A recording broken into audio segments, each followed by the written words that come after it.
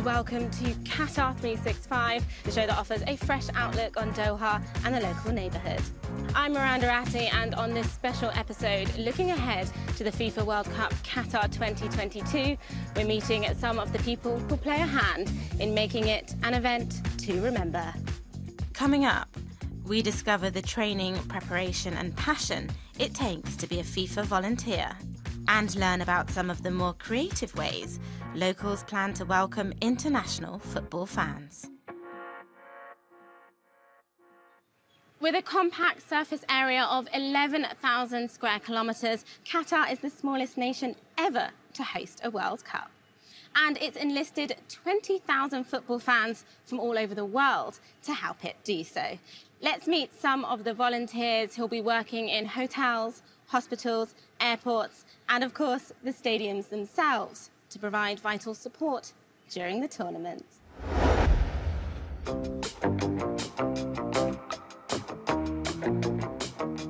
It's all about the passion in football and passion in volunteering. I just wanted to get new experiences. As a passionate football fan as well, for me, it's a golden opportunity for me. Thousands of volunteers from 160 nationalities, ranging in age from 18 to 77. They started out as strangers. Now, though, many have developed a friendship that goes far beyond the tournament. I really get along with my fellow volunteers. You know, it's like a family. When you're volunteering, when you're meeting them, it's like one big happy family. And it's like a melting pot because we are all from different and diverse cultures. That's the beauty of it. So we've all blended beautifully. We accept each other's differences and cultures.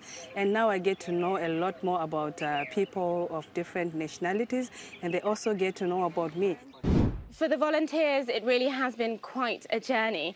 More than 500,000 people applied to take part, and they all went through a rigorous selection process. After initial applications, there were trials, then interviews, and finally online and in-person training. That in-person training starts here at the Volunteers Hub. With a clubhouse atmosphere and plenty of classroom space, this is where trainers and team members teach up to 750 volunteers per day. The final phase before the games kick off is site-specific training at the stadiums, fan zones and media hub. 20,000 volunteers will be located in different 45 functional areas with different roles. Roles could be related to media or transportation, spectators, guest management, and all these roles will be managed by different leaders to make sure that we deliver the right roles for each volunteers and for the spectators as well. But what does it really take to be a successful volunteer? Volunteering comes with passion and enthusiasm. Without zeal, passion, there's no room for volunteering. I sincerely joined volunteering when I came to Qatar far back, maybe 6 years ago. And what prompted me to join volunteering or to be volunteering is the ability to give back to the people around me. How do you want to give your selfless service to these people around you? As well as having passion, the volunteers must also be willing to give up a significant portion of their free time. First with training, and then by committing to a minimum of 10 days' work during the World Cup. As a volunteer, we are the face of the tournament, and I feel so good to be to welcome the fans from around the world and help them to feel at home, and it's very amazing. They may all have different reasons for getting involved, but they all share one goal: to deliver the Arab world's first ever FIFA World Cup. And every volunteer we spoke to highlighted the same thing. The tournament provides a unique opportunity to learn from others. I've been here for the past 3 years in Qatar.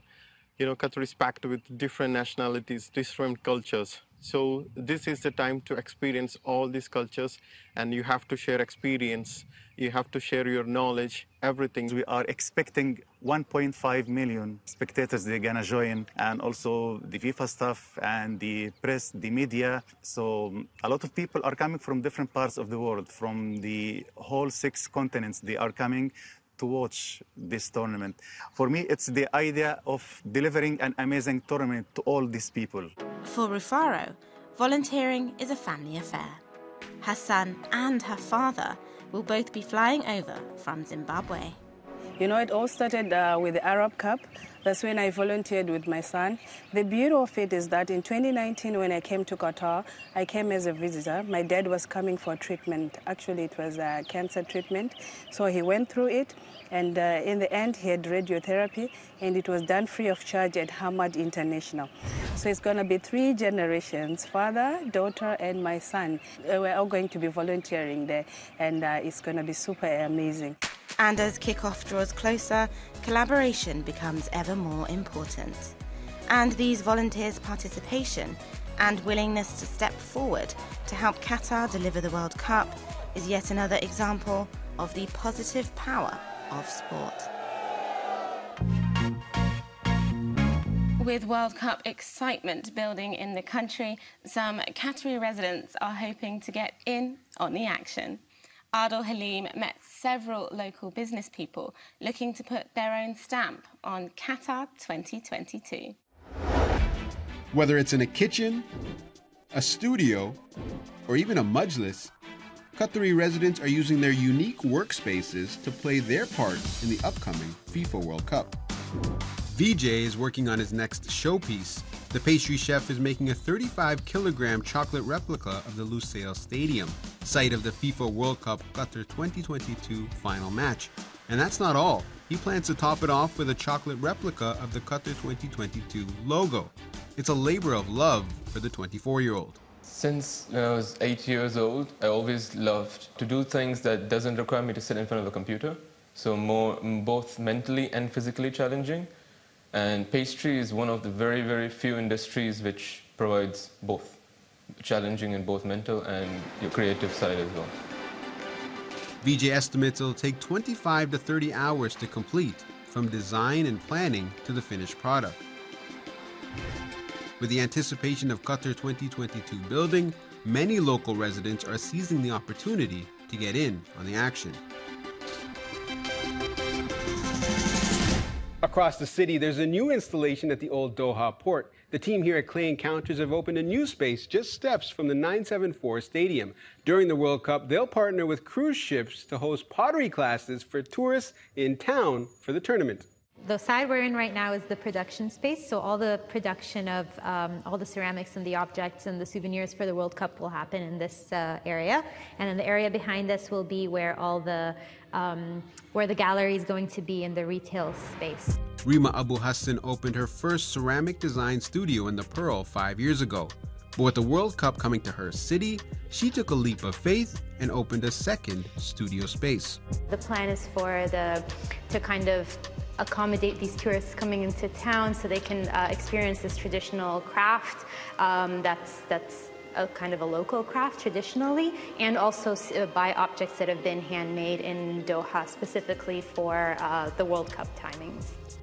Abu Hassan says working with her hands helps put her mind at ease and could provide much-needed relaxation for tense football fans. With pottery, there's a very kind of therapeutic grounding element to it. So most people come in and they've never made anything with their hands, and everyone always describes it as this very meditative kind of process. I think there's something very, very calming and centering about having to sit and make something with your hands. And because we have a little community around the studio, for me, I associate ceramics also with like a community because we always sit and we make things as a group.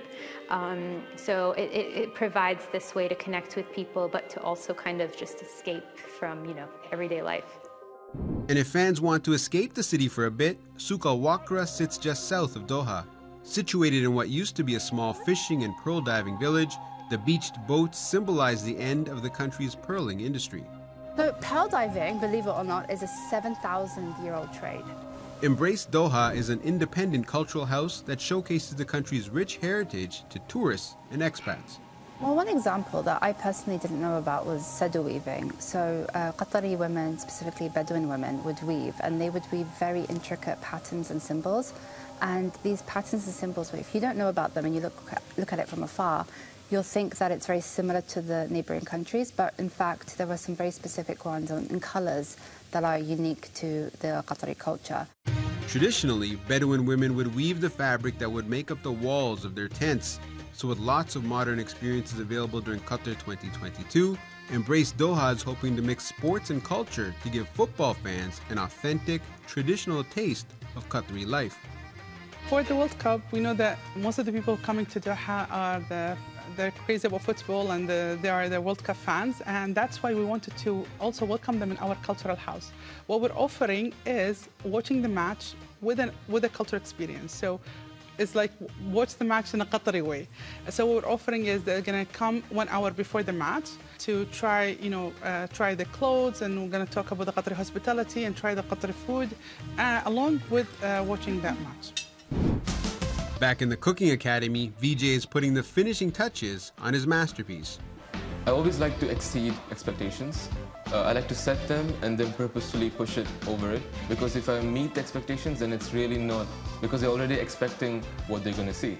So me meeting that doesn't get a wow reaction. It might get a wow, that's nice, but not wow, I didn't expect that.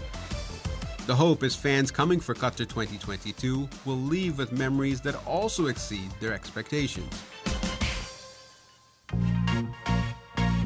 Besides football, there are lots of other exciting activities going on around this global event.